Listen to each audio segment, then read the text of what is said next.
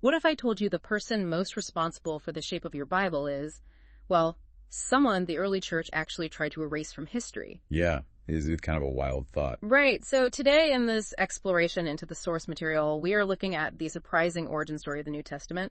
Yeah. Most people just assume the original apostles handpicked the books, but the truth is a lot more like a second century corporate takeover attempt. It really is. I mean, we are talking about Marcion of Sinope. He was this incredibly wealthy ship owner who, back in 140 A.D., basically forced the church's hand and, invented the whole concept of a closed Bible. Which is crazy because Paul is a household name, but Marcion is like this forgotten architect of the Christian faith. Exactly. And it's hard for us to imagine now, but in the early 2nd century, there was just no New Testament. Right, just the Hebrew Scriptures. Yeah, the Hebrew Scriptures, Mm-hmm. and then this messy, unorganized pile of letters and memoirs just kind of floating around. But then Marcion arrives in Rome with a massive donation and this really radical, unsettling idea. He claimed the God of the Old Testament and the God of Jesus were like two completely different beings. He did. He wasn't a traditional theologian at all. He was a businessman from Turkey. And he developed this dualism that solved what he saw as a tonal problem in the teachings. Wait, a tonal problem? But if he thought the God of the Hebrew Scriptures was this lesser deity, how did he explain Jesus actually being a Jew quoting those exact scriptures? Did he just ignore all that history? Well, he didn't ignore it. He just edited it. He called the God of Israel Allah, who he saw as this just but really harsh legalistic creator obsessed with, an eye for an eye. Okay, and the other God. Right. Then he introduces Emmanuel, the previously unknown father of love that Jesus revealed. In Marcion's mind, Emmanuel didn't come to fulfill the Old Testament. He came to rescue us from it. So he just stripped away anything connecting Jesus to the old God. I mean, it sounds less like theology and way more like a high-stakes film edit. Like, he is looking at the prequel of the Old Testament and deciding it's so dark and legalistic that it's ruining the sequel. That is a perfect way to put it, honestly. So he just completely cuts the prequel out of the franchise. Precisely. And in doing so, he created the world's first canon. Around 144 A.D., he published his Apostolicon, which wasn't just a library, it was a closed, authorized list. And it was incredibly short, wasn't it? Very. It only had 10 letters from the Apostle Paul and a heavily purged version of the Gospel of Luke. No Genesis, no Psalms, no Matthew, no John. Wow. So why Paul? Why isolate him from the rest of the apostles? Because he believed Paul was the only one who actually understood grace as something entirely separate from the Jewish law. He basically dismissed the other apostles as being too Jewish. But I have to push back on this a bit. I mean, isn't this really just a branding move? By saying, these books are in and these are out, isn't he essentially gatekeeping the faith to make it more marketable to Romans and Greeks? Oh, that was definitely the effect. He shifted the focus entirely to a Gentile-centered faith by rejecting those Hebrew roots. And you can imagine this absolutely terrified the early church assemblies in Rome. Because they realized they had to compete with him. Right. They realized that if they didn't act fast, Marcion's Paul-only version of Christianity was going to become the standard. So they ended up in this huge tug-of-war for the soul of the movement. So how did the church win Paul back? If Marcion put him on this pedestal, how do you reclaim him without looking like you are just copying a heretic? They didn't just match Marcion's list, they overwhelmed it. They took Paul's letters, all 13 this time, and they did something brilliant. They paired them with the book of Acts. Oh, I see. So Acts is like a bridge. Exactly. Acts is a narrative that shows Paul wasn't some lone wolf or a rebel. By placing Paul alongside Peter in the 4 Gospels, the church grounded him right back into the Jewish story. Basically saying, hey, Paul belongs to the whole church, not just your private club. Right. They proved he wasn't a heretic by surrounding him with the very history Marcion tried to erase. Which is the ultimate irony when you think about it. Paul dominates our Bibles today, taking up nearly 2/3 of the New Testament, not because the original 12 apostles elevated him so much. No, it is because the 2nd century church literally had to supersize his presence just to keep Marcion from owning his legacy. It was a complete counterattack. So what would the New Testament even look like if Marcion hadn't been so obsessed with Paul? Would the teachings of the 12 or the Gospels be more prominent? It is highly likely. Marcion lost the official battle. He was excommunicated and his movement faded. But his fingerprints are absolutely everywhere. Because he introduced that whole old versus new dualism. Yes, that sharp divide we still feel today between law and grace, is a direct shadow cast by Marcion. He forced the early church to define what was in and what was out. Wow. So the very structure of the New Testament is, in many ways, just a 1900-year-old rebuttal. That is exactly what it is. Well, that leaves us with a pretty heavy question to end on. If the early church defined its sacred texts as a reaction to a specific person they disagreed with, how much of what you believe today is shaped more by the heated arguments of the 2nd century than the actual events of the 1st? That is a fascinating thing to think about. Definitely something for you to mull over until our next deep dive. Thanks for exploring with us. Welcome to this exploration into the source material. Today we're diving into, a pretty massive tension in early faith history. Right, yeah. The research notes we have really highlight this jagged crack in the foundation that a lot of people just, gloss over entirely. Exactly. Our mission today is to really help you understand the specific points of divergence between Paul's ministry and the early Jerusalem movement. Basically, what happens when the physical teachings of a leader collide with the mystical claims of a latecomer. It's basically a tale of two missions. On one side, you have the original Jerusalem movement, so that's led by James the Just and the 12. The guys who actually walked with the teacher. Right. They were trying to preserve the physical, lived instructions of the Son of Man. And then on the other side, you have Paul. Who, wrote half the New Testament. Yeah, exactly.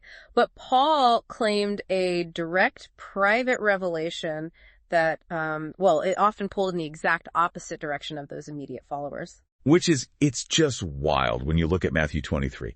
Let's unpack the historical irony here. Because the Son of Man gives this blistering rebuke of the Pharisees, right? Absolutely blistering. He specifically warns against people who travel sea and land to make one proselyte. Right, to make one proselyte and make them twice as fit for destruction. Yeah. And then, if you look at Paul's resume, he explicitly calls himself a Pharisee, son of Pharisees. Jesus. His whole career was defined by traveling sea and land to gain converts. Was he, inadvertently running the exact playbook they were warned about? That is the big aha moment in the sources, the very behavior being called out as dangerous, that specific brand of Pharisaic missionary zeal that literally became Paul's job description. Wow. He wasn't just a different voice. He was teaching independent interpretations and claiming authority that rivaled the established leadership in Jerusalem. But how does a vision on a road 3 years later trump face-to-face instruction? Because if I'm Peter or James, that doesn't sound like a revelation. It sounds like a hostile takeover. Yeah, and that's exactly how the contemporaries saw it on the ground. The Nazarenes and the Ebionites, they were Torah-observant believers, the direct heirs to the Jerusalem movement. They completely rejected his letters. Wait, they just tossed him out? Totally. They believed he was a false apostle who completely misunderstood the Torah, because to them, he represented a total break from the original movement. But how did they justify that rejection? Was it just a power struggle? Not at all. They had a very specific mechanism for truth, which was the Gospel of Matthew in Hebrew. Okay, so they used that as a filter. Exactly. They used that record of the physical commandments. If a teaching didn't align with what the Son of Man physically commanded while he was alive, they just hit the delete key. And since Paul was teaching that the Torah was temporary. Or even a curse in some places. Right, a curse. So if their Hebrew record said the law was to be obeyed, Paul's new system was basically seen as a total system failure. Yeah, it's like two developers trying to update the same app. The Jerusalem team is refining the original code, the Torah-centric teachings. While Paul just shows up and decides to rewrite the entire operating system based on a private chat he says he had. That's a perfect analogy. Because the core of this conflict really comes down to the Gentile question. The 12, they were given the lost sheep of Israel mandate. Right. They thought Gentiles could be grafted in. Yes. Grafted in, meaning they'd join the family and learn the rules of the house, which is the Torah. But Paul pushed a replacement model. Where faith alone replaces the need for the law. Exactly. He was creating assemblies that were completely detached from Jerusalem's authority, a totally new global religion. Which is still a massive leap. Because the sources show the Son of Man never explicitly told anyone to abolish the Torah. He actually told the 12 to teach obedience to it. Right. So how did Paul's OS rewrite become the version we all know today? Well, because history is written by the side that survives. After all the dust settled, the Roman Church eventually embraced Paul's letters over the Ebionite tradition. So the Hebrew Matthew tradition was just sidelined. Sidelined and eventually lost. We've spent 2,000 years seeing this history through Paul's eyes because his code is the one the Roman system chose to run. Man, it really forces you to rethink the whole monolith of early history. We've got this tension between a movement rooted in the Hebrew tradition and this new theological system that moved away from it. It really does change the perspective. Yeah, and it leaves you with a really provocative thought to mull over. I mean, how different would your understanding of this history be today if the Hebrew Matthew tradition, the guys who actually sat and shared a meal with a teacher, had remained the dominant voice instead of Paul's? Definitely something to think about as you explore these sources on your own. So imagine you're building a house. Right. One architect tells you the foundation is permanent, meant to last forever. But then a second architect arrives and says, well, actually, that entire foundation was just temporary scaffolding, and it's time to tear it down. Yeah, that sounds like a total nightmare scenario. It really does. But this isn't just some hypothetical. It's the fundamental friction at the heart of the sources we are looking at today. For this exploration into the source material, our mission is to really unpack a detailed chart we have here. It highlights what it calls an unmistakable divergence between the teachings of the Son of Man and the teachings of Paul. Right, and it's a tension that most people try to just, smooth over. But the data in this chart suggests these aren't just different styles. I mean, they're entirely different systems. And I think it really starts with where these two men get their right to speak. Because the Son of Man speaks directly from the sovereign, right? And his message is backed by actual eyewitnesses. Exactly, people who lived alongside him. Paul, however, well, he bases his entire authority on personal visions. He insists his commission is, quote, not from man. Wait, I have to push back there just a bit. If you're a listener looking at this objectively, that's a huge red flag, right? I mean, how did Paul's version, which is based on a private vision, become so dominant when you have the 12 apostles right there? Yeah, the people who literally walked in the dust of the Son of Man's sandals. It is the million-dollar question. And this shift in authority, it's exactly what allows Paul to pivot so drastically on the law, or, the Torah. Because the Son of Man is super clear in Matthew 5:17. Do not think I came to abolish the Torah. Right. To him, the law is the eternal standard of the kingdom of Allah, with the law just being the Aramaic word for God. But then you have Paul telling believers in Romans that they are, not under the law. So using that architecture metaphor again, Paul isn't just finishing the building. He's basically claiming the blueprints have changed mid-construction. But, I mean, if you remove the law as the metric for righteousness, you're left with this massive vacuum. How does Paul fill that hole? He fills it with justification. In your sources, Paul really focuses on being justified by faith. You can think of justification as this legal term. It's like being declared not guilty in a courtroom, based strictly on your belief in the resurrection. Oh, wow. So contrast that with the Son of Man, who focuses on repentance and actually doing the Father's will. For the Son of Man, you become right through your actions and a real heart change. Yes, exactly. Whereas for Paul, you were declared right through your belief alone. That is the basis of final judgment for his system. I guess it's like the difference between a language immersion program where you have to live the life to learn it and, a grammar class where you just memorize the rules of the system. That is a great analogy. Mm-hmm. And this shift from living it to defining it, it seemed to change the day-to-day ethics too. The Son of Man says, do not swear at all and turn the other cheek. Right. Total nonviolence. But then I look at Paul in this chart and he's swearing multiple oaths in his letters. And he's even telling people the state has the right to bear the sword. That feels like a complete 180. It really is. It's essentially a move from the idealism of a small countercultural movement to the pragmatism of a global organization. Paul was just trying to make this work within the Roman legal system. Which probably explains the differing views on the role of women, too. Because the Son of Man included and honored women as primary witnesses. Yeah, but then Paul introduces these specific prohibitions. He tells women to, remain silent in assemblies. So he's shifting from the radical inclusivity of the kingdom to a much more rigid communal governance. And that definitely explains the friction with the original 12 apostles. They were supposed to be the foundation stones, but Paul's independent ministry often moved in a completely different direction. Right. It really makes you realize that these aren't just two ways of saying the exact same thing. They're two totally different maps. And if you try to follow both maps at once, you might just find yourself walking in circles. Exactly. You're basically choosing between a life patterned after an example of obedience or a system centered on a specific definition of grace. Right. It's a huge choice. So as you look over these sources, here's the provocative thought I want to leave you with today.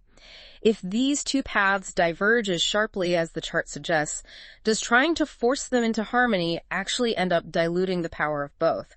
In your own study, which of these two voices truly defines the way for you? Imagine being a founding member of a movement, right?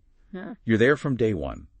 And then 3 years in, this total outsider shows up. Yeah, I mean, someone who never even met the original leader. Exactly. And, he claims he had a private vision, and then suddenly he's rewriting the whole mission statement for a global audience.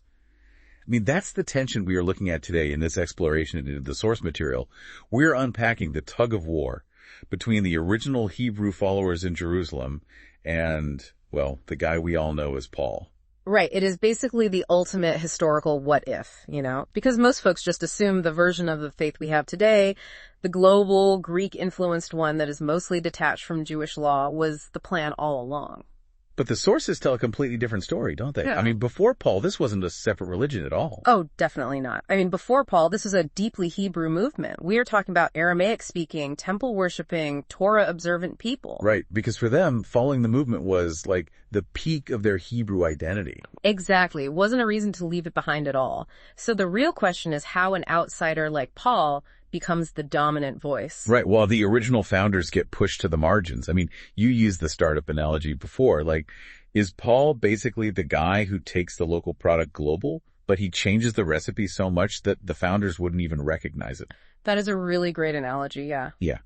And the reason for that shift is mostly because of a massive power vacuum.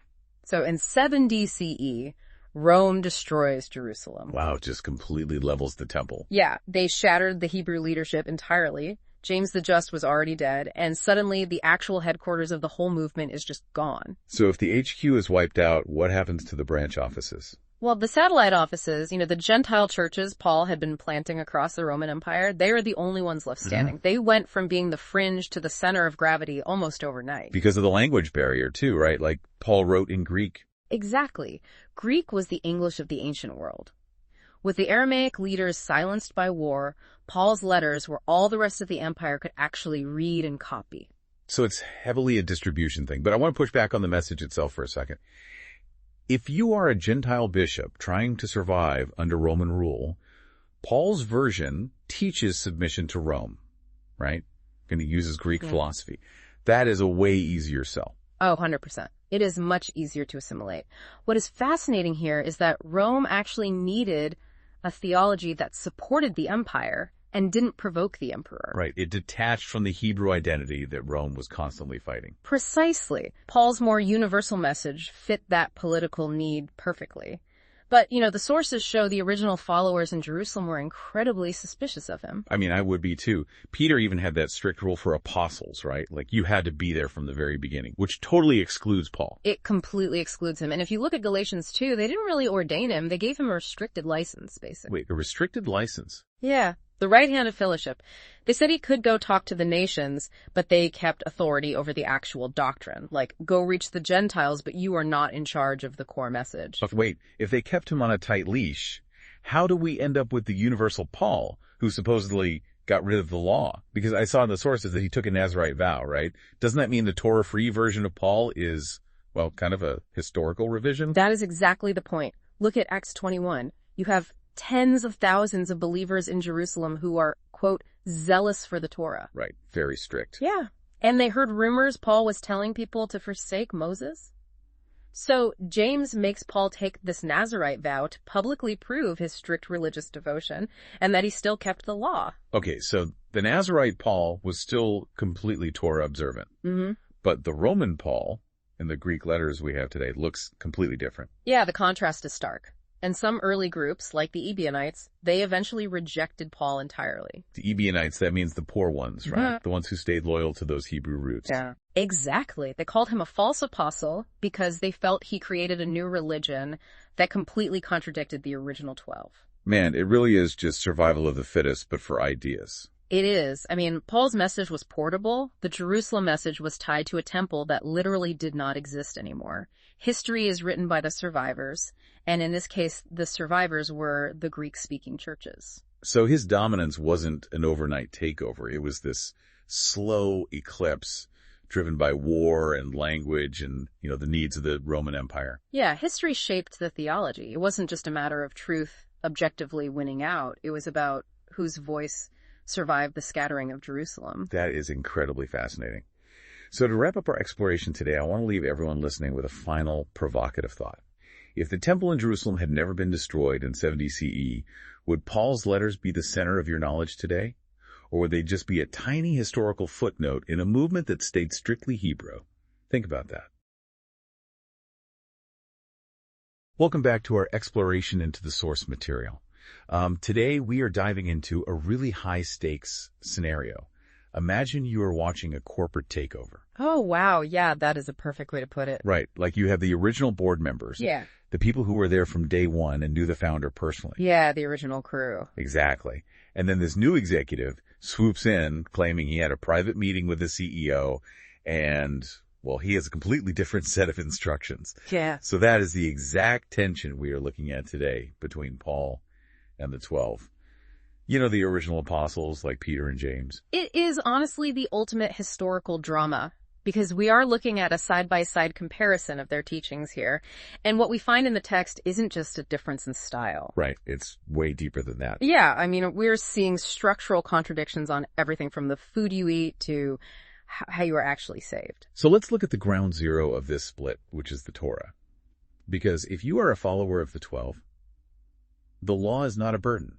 Like, it is your identity. Right. The sources explicitly show the original apostles were zealous for the Torah. Exactly. But then you have Paul, who basically tells the Romans that they are not under the law.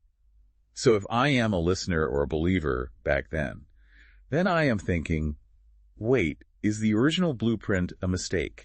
Yeah, you'd definitely be confused. And how Paul justifies moving past the law is really the core of the friction here. Well, he uses this mechanism he calls justification by faith, right? Exactly. He argues that faith is counted as righteousness, even if you don't follow the works of the law. But James pushes back on that, like really hard. Oh, absolutely. As the leader of the 12, James writes flat out that a person is justified by works and not by faith alone. To him, faith without the law is like a body without breath. It is just dead. Which makes you think this is more than just marketing the message to different crowds. I mean, it changes the very definition of a good person. Right. Is righteousness something you do or something you just believe? It is a fundamental shift. And this is not just abstract theology either, like it hits the dinner table. The 12 issued a decree in Jerusalem specifically forbidding food sacrificed to idols. Yeah, it was a hard line for them. But then Paul tells the Corinthians to just eat whatever is sold in the market and not to worry about it. Well, Paul's logic there is that an idol is nothing, so the food doesn't matter. He is prioritizing the individual's conscience over the community's strict dietary boundaries. Wow, that is a huge pivot. And we see that same shift in how women were treated, too. We do. In the early community of the 12, women were active participants. They were praying and testifying in the upper room. Right. But as Paul builds his version of the community, he introduces these hard bans. He tells women to remain silent and forbids them from teaching. Which is a massive change. Yeah, if I'm a listener today, that shift from active participation to total silence feels like a huge step backward. Mm-hmm. How did Paul justify overriding the original culture of the movement like that? He does it by claiming a totally different source of authority. And this is where your corporate franchise analogy really fits perfectly. Oh, really? How so? Well, the 12 derive their authority from their physical time with the Son of Man. They are the established foundation. But Paul calls his message, my gospel. Right. He insists it didn't come from any human, meaning the 12. Exactly. He says it came through his own private revelation. He even goes so far as to publicly correct Peter, who is the lead manager of the original crew. That is bold. He's basically telling the people who walked with the founder that their lived experience doesn't trump his vision. Yeah, it is a total disruption of the chain of command. You even see it with how they view the government. Oh, yeah. Peter and the 12 are out there saying, we must obey God rather than men when they are told to stop preaching. But then Paul writes to the Romans telling them to submit to the government because the authorities are appointed by God. So it raises the ultimate question of who actually sets the rules. Right, because the 12 were focused on a kingdom message, repentance and obedience to the Creator. While Paul was building this revelation-based path, they really are two completely different maps. They are. And if the blueprints don't match, you have to ask yourself, which house are you actually living in? Exactly. We have seen these contradictions cover everything from your diet to social roles to the very way you were justified. So if these two groups are presenting two different paths, does the destination itself change depending on whose map you follow?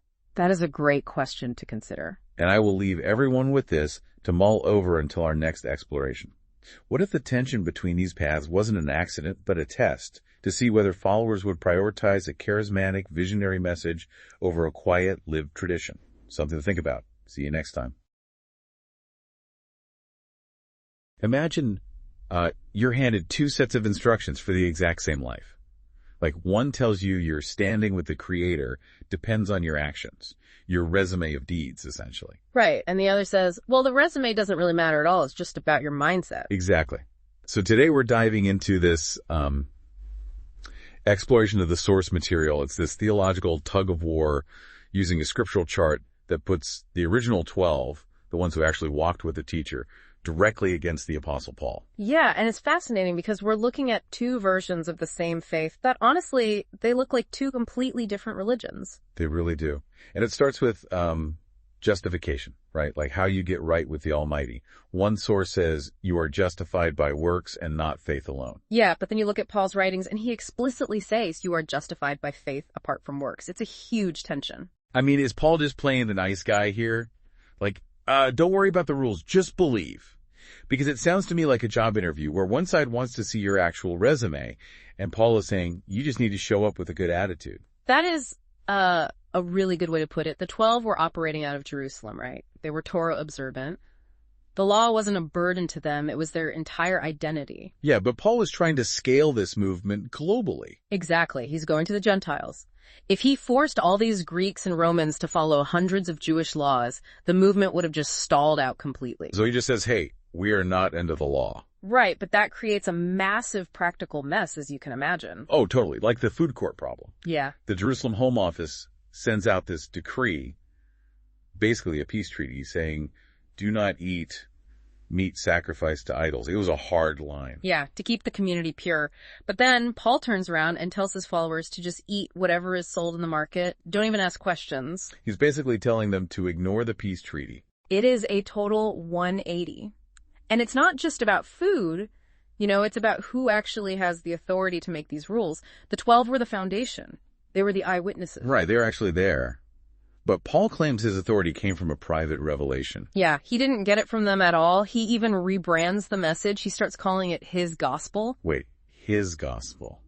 That feels so incredibly risky. If I'm one of the 12, I'm thinking, who is this guy who never even met the leader in the flesh telling us we're all wrong? Exactly. And he even records a time where he publicly dressed down Peter. Wow. And you really see this split play out in how they handle the Roman government too. The 12 were very defiant. They taught that you have to obey the Almighty over men. Yeah, they were focused on a coming kingdom that would eventually replace Rome. But Paul tells everyone to just submit to the state because the government bears the sword by divine appointment. Well, it's a survival tactic versus a revolutionary one, Paul was writing to people living right in the heart of the empire. He couldn't afford to start a rebellion. That makes sense. Yeah. But this ideological split, it trickles down into everything, like social roles. Yeah. In the Jerusalem circle, women had active roles. They were prophesying. Yeah, whereas Paul explicitly tells women to be silent in the assembly. It's such a stark contrast. And it even hits small talk. The early teachings say, do not swear oaths at all, total ban. But Paul uses oaths constantly in his letters to validate his words. He does. He's always saying things like, God is my witness. So how did this early movement not just immediately fracture? Well, it didn't completely implode, but it absolutely created two distinct frameworks for the faith. One is this continuation of the Jewish covenant, and the other is a new universalized system. Where the old rules are just like shadows that passed away. It's like we're looking at a house built on two entirely different foundations. Exactly. Stone and mortar versus a state of mind. Yeah. So listener, here's something to mull over today. Based on all these scriptural tensions, if Paul and James were both presenting to you right now in a first century marketplace, which version of the message would you find more righteous? And can a house divided against itself truly stand?